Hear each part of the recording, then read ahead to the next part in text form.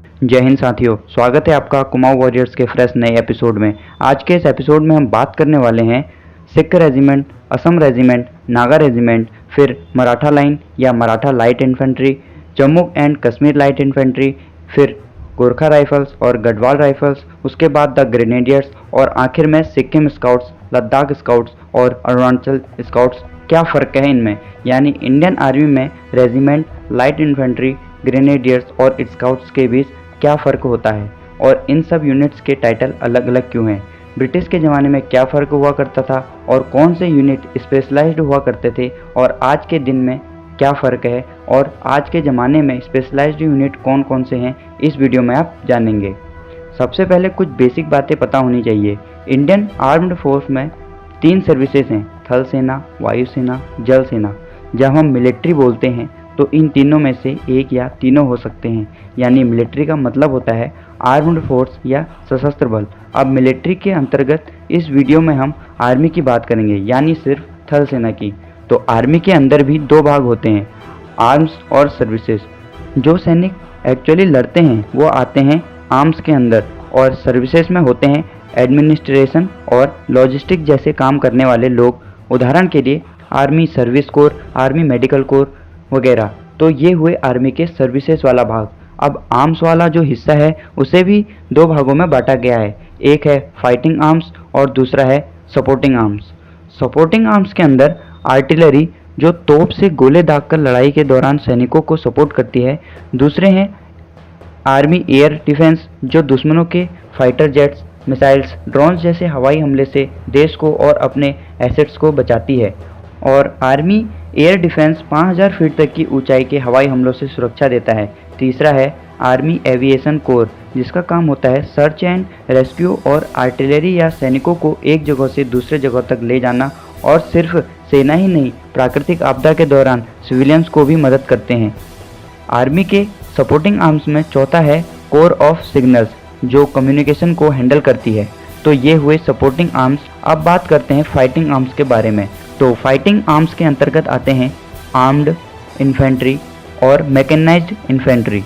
Armed corps arm tank या armed vehicle के साथ लड़ते हैं और इन्फेंट्री में होते हैं फुट सोल्जर यानी पैदल सेना। और मैकेनाइज्ड इन्फेंट्री में सैनिक या IFV इन्फेंट्री फाइट व्हीकल के साथ लड़ते हैं। हालांकि इस वीडियो में हम सिर्फ इन्फेंट्री यानी पैदल सेना के बारे में बात करेंगे, लेकिन अभी तक बताई गई जानकारी में रेजिमेंट, लाइट इन्फेंट्री और राइफल्स जैसे फाइटर्स को अच्छी तरह से समझने के लिए ज़रूरी है। तो सबसे पहले सबसे पुरानी फाइटिंग यूनिट की बात करते हैं जो है रेजिमेंट, और जिन्हें लाइन इन्फेंट्री रेजिमेंट भी कहा जाता है।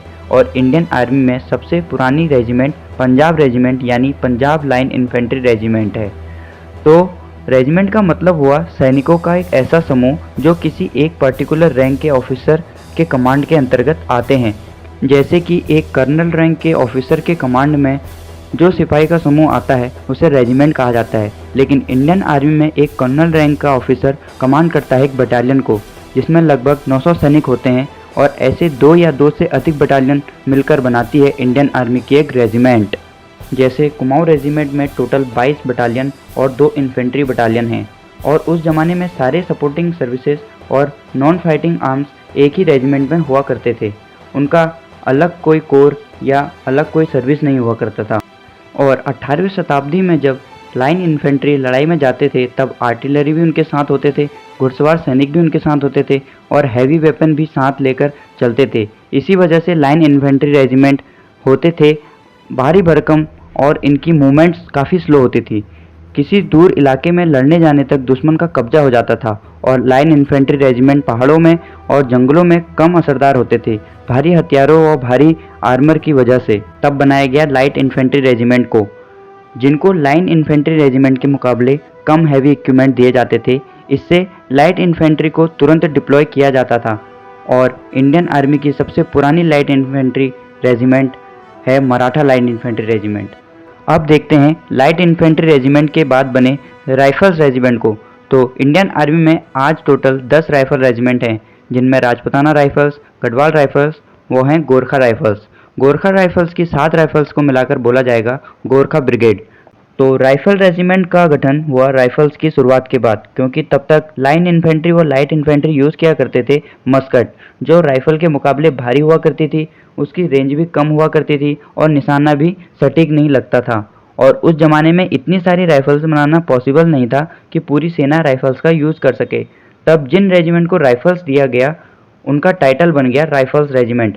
पहले घुड़सवार भी लाइन रेजिमेंट में होते थे, तोप चलाने वाले भी लाइन रेजिमेंट में होते थे, लेकिन बाद में घुड़सवार सिपाहियों की अलग रेजिमेंट बना दी गई और उनको नाम दे दिया गया कावलरी रेजिमेंट।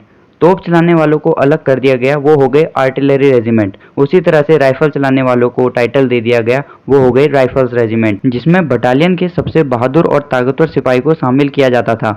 फिर 1779 में ब्रिटिश ने अलग ही ग्रेनेडियर्स की रेजिमेंट को बनाया। तब से इंडियन आर्मी के पास ग्रेनेडियर्स की रेजिमेंट है, जिसे सिर्फ द ग्रेनेडियर्स रेजिमेंट बोला जाता है, और इसमें टोटल 23 रेगुलर बटालियन हैं। और अब देखते हैं स्काउट्स को। तो गोरखा स्काउट्स, सिक्किम स्काउट्स व अरुणाचल स्काउट्स, ये सारे स्पेशलाइज्ड इन्फेंट्री रेजिमेंट हैं। स्पेशलाइज्ड इस हिसाब से कि इनकी रेजिमेंट को स्पेशल चाइना के सटे हुए बॉर्डर की रक्षा के लिए बनाया गया है। इस रेजिमेंट के सिपाही की लड़ाई होती है तो वह मैदानी क्षेत्र है जहां पर सभी आर्म फोर्स जा सकती हैं। यदि कारगिल क्षेत्र में वॉर होता है तो वहां इन्फेंट्री रेजिमेंट या स्काउट रेजिमेंट ही वॉर कर सकती हैं। आशा करता हूं आपको रेजिमेंट के अलग अलग टाइटल्स के बारे में समझ में आया होगा।